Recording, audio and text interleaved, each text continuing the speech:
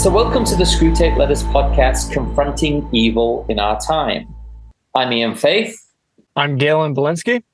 And today we're sitting down with a special guest who we're really excited to meet, William O'Flaherty. William, I hope I'm getting your name pronounced right, and it sounds like a good old Irish name there as well. Yes. Yeah, you did quite well. William, thank you so much for joining us. For our audience, who is William O'Flaherty? The mystery. Who am I? Yes. Well, I do usually identify myself as a family counselor. I have a master's degree in counseling. And for the last 16 years, I've been with the same agency doing the same type of job as a family counselor. The child is the identified, but we work with the whole family system. And then more recently, actually February of this year, I learned something about myself that I didn't know. I was officially diagnosed as being autistic. Specifically, it's called level 1. Previously, before 2013, they simply referred to it as Asperger's. Actors like Dan Aykroyd and Anthony Hopkins, who has played C.S. Lewis, are also on the spectrum. And then in terms of other things I've done, it includes being a professional radio announcer, and I've been a school guidance counselor. And I've written a couple of books about Lewis. Well, yeah, and that's one hell of a resume. And, we found you after we launched the podcast, and you actually reached out to us. And it was thrilling in the early days of getting all these different people who know so much about C.S. Lewis. And it was, to me, breathtaking, your depth of knowledge on C.S. Lewis. So where did your love for C.S. Lewis begin? And maybe share a little bit how you discovered C.S. Lewis. Sure, yeah, they're very closely related. It was much later in life, although it is through a typical entry point for many people, and that is through Narnia. But it was only late in high school that I started to that I first read him. It was an assignment in English class, and just like the Screwtape Letters, Lewis shared once that somebody picked it among a list of books because it was the shortest one. I picked The Lion, the Witch, and the Wardrobe among a list of books because it was about the shortest one, and I just really enjoyed it. And then that led me to wanting to know more about him. I'm sure I probably noticed that there were more books in the series, but I wanted something different. And I was at the Christian bookstore, and I asked one of the salespeople, and they shared with me the Screwtape Letters. And after that, I read Mere Christianity. Hey, Galen, do you even remember where and when you were turned on to the Screwtape Letters? Was it before we met, or? Yeah, that's actually a really good question. I had been aware of the Screwtape Letters for a long time, going back to teen years as well. Had read a couple of the letters here and there, but didn't read them didn't actually pick up the book and read it all the way through. Actually, until right before you and I connected about it. Right. And it was the first time I'd always been aware of that piece of work. I knew it was profound. I knew it was brilliant, but it wasn't until I actually kind of picked it up and went all the way through it that I really dove into it in a sense. Yeah, because I remember hearing some quotes on the radio, and it's funny how there's, you get people like Paul Harvey and others, and then I was listening to Seth Leibson's show, and he actually before that, Dennis Prager's show, he quoted C.S. Lewis, and I thought, people like that, they have a gift. It's something beyond your everyday riders, and I just had to look into it. And my journey into C.S. Lewis was through that. When you get things like the Meditations, Marcus Aurelius, I heard 2 lines from that, and I'm like, I've got to read this. And it was sort of the same thing with the Screwtape Letters. I just said very little about it, and instantly I'm like, I have to dig into this. It's amazing. Well, I've been blessed when, let's see, back in around 2018, which was the tail end of going through some transitions in life, I started to go back to reading C.S. Lewis. I had read a fair amount of him, and then from that, then I got into doing a podcast not long after and such, and then going to hear people speak. And so most of my friends that enjoy Lewis, or usually ones that have written other material, because that's part of how I got into podcasting. It's like, okay, if I interview them, then the publisher will give me a free copy of their book. But then, but yeah, I mean, at church, I have several friends that like Lewis, and and over the years, there's been different things that people say. Oh yeah, I like Mere Christianity, or I like Narnia, and some are familiar with Screwtape. But even though it was his first claim to fame, as you may or may not know, he was on the cover of Time magazine before he was famous for Narnia. So you guys may or may not know this, but Lewis was so famous for the Screwtape Letters, and 3 years before Narnia came out, he was on the cover of Time magazine. Yeah, he was on that. Now, he was having a book come out. Miracles was just out. And so, and then he was quite popular, of course, in the UK because of his radio program. And his books were selling well in America. So when Miracles was coming out, they interviewed him because of the fame of the Screwtape Letters. And as I've shared with people at various times, can you imagine, being so well known for something, later in life, and then being famous before that to be on the cover of Time magazine? Now, modern people may not care much or know much about Time, but, that's like, the old being on the cover of the Rolling Stone or, something like that. Sports Illustrated, right? It's a big deal in the 40s, yeah.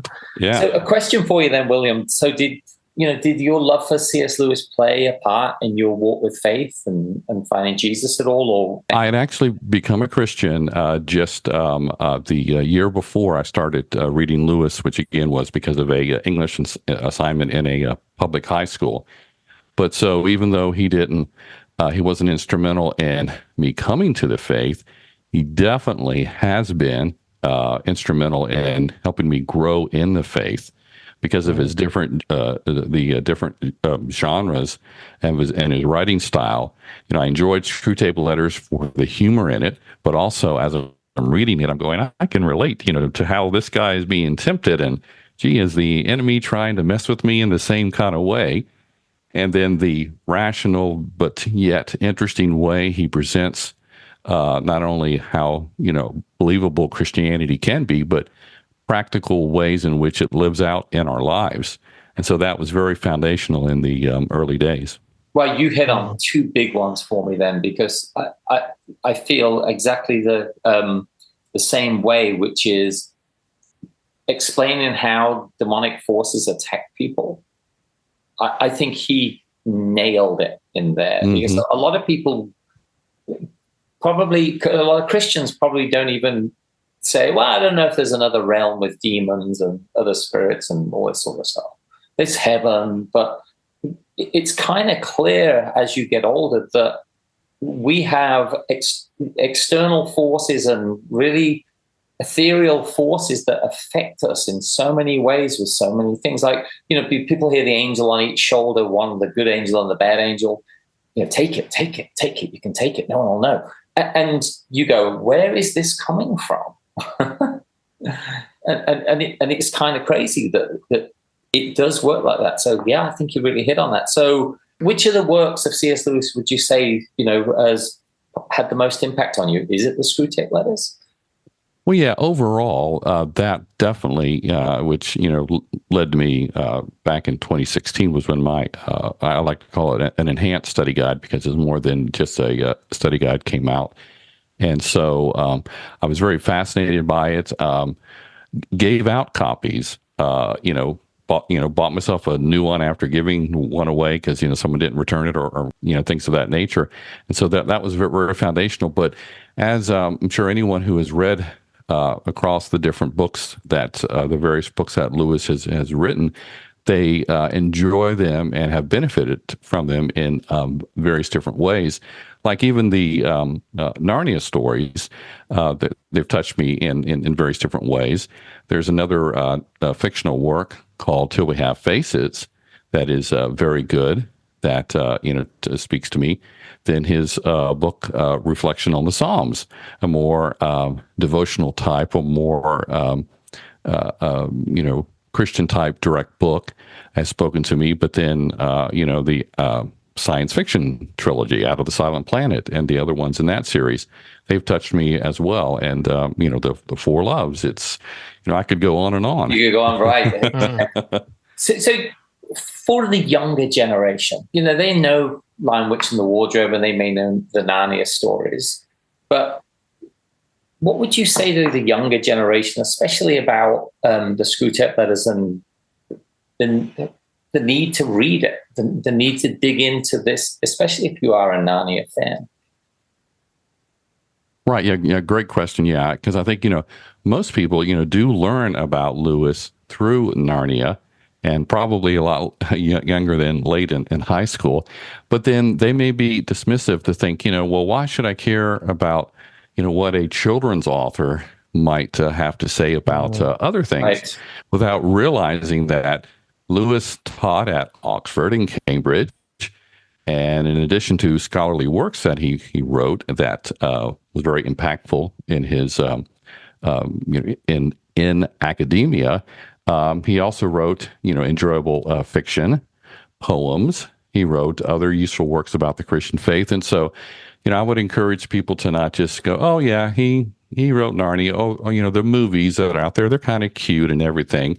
In fact, that's what most people that aren't too familiar with Lewis, they kind of equate, okay, you're into Narnia, I'm into the Lord of the Rings, or I'm into the Avengers, Marvel characters, or things of that nature. It's like, oh, Lewis is such, he's much more deep than that.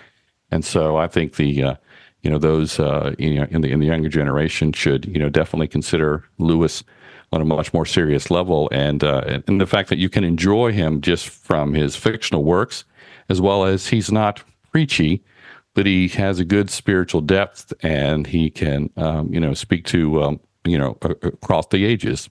And I think it's amazing how he brings people into Christianity without that overt outreach, and that's what I find so fascinating. So maybe last question for this interview, and I hope we can have you back again, which is, which of C.S. Lewis's works or writings is current in your world at the moment? Is there any one you're more focused on than another? Well, yeah, that's like asking someone, which I know this is not the question you asked, is, what's your favorite C.S. Lewis book? And I've heard many people answer, well, it happens to be what I'm reading lately. And so actually, because of at the time of this recording in mid-June, I'm going to be speaking next month at a smaller gathering in the Indianapolis area. I saw that. That's fantastic. Which will be about the Screwtape Letters. So with your podcast as well, I actually haven't been reading the Screwtape Letters in the last several years, so I'm going back rereading, and so that's been a focus. And then I have on my list in terms of trying to just maybe kick back, but yet still enjoy the something by Lewis, and that would be the science fiction trilogy. Right. So that's kind of things that kind of stand out right now. Of course, I always enjoy Mere Christianity. I have audios to that. Well, most of Lewis's books, or not most of them, but quite a few of them are available in audio. That's how I do like to, so to speak. And so I can avail myself of quite a few. Well, William, thank you so much for joining us. Will you actually give our audience information on how they can find your podcast as well? Certainly, yeah. So for my Lewis material, things are centralized through the website essentialcslewis.com. And then I do have a YouTube channel. It's not called that. I have quite a few different things that I do, like different names on Facebook and whatnot. But just about anything, you can basically get the latest information from that. Some of my YouTube releases might get posted there and not yet on the website, but you can still get to it through there. So that's going to be the best way. Great. And I'll make sure we put links in the description as well, so people can find it. So William, thank you so much for joining us. Thank you for having me.